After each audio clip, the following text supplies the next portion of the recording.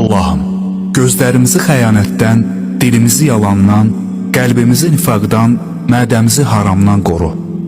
Ey Rəbbim, hal-hazırda qapına gəldik. Boynumuz bükülü halda sənə yalvarırıq. Əllərimizi sənə açmışıq, huzurunda dayandıq.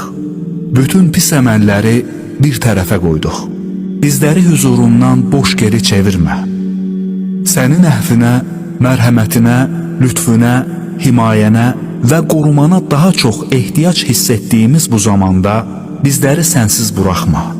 Bizi bizdən al, amma bizi səndən alma. Bizi Peyğəmbər sallallahu aleyhi və səlləmin sünnəsindən azı dişlərimizlə yapışdığımız kimi yapışmağı nəsib et və bir an olsun belə onun yolundan ayırma. Ey Rəbbim, qəbul olunmayacaq duadan, faydasız elmdən, bir müsəlmana yaraşmayan acizlikdən, tənbəllikdən, xəsislikdən sənə sığınırıq.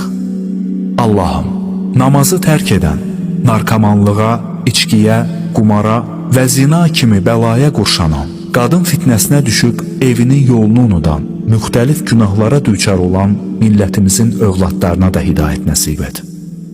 Allahım, evdə qalan dul, subay bacı qardaşlarımıza isti yuvalar qurmağı nəsib et.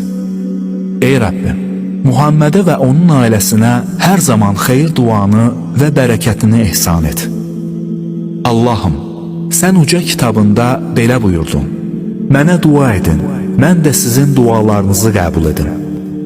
Ey Rəbbim, əgər sən ancaq salihlərin və möminlərin dualarına cavab verirsənsə, onda bizim kimi günahkar qullar kimin qapısına yönəlsin, kimə pənah aparsın, kimə müraciət etsin, kimdən istəsin?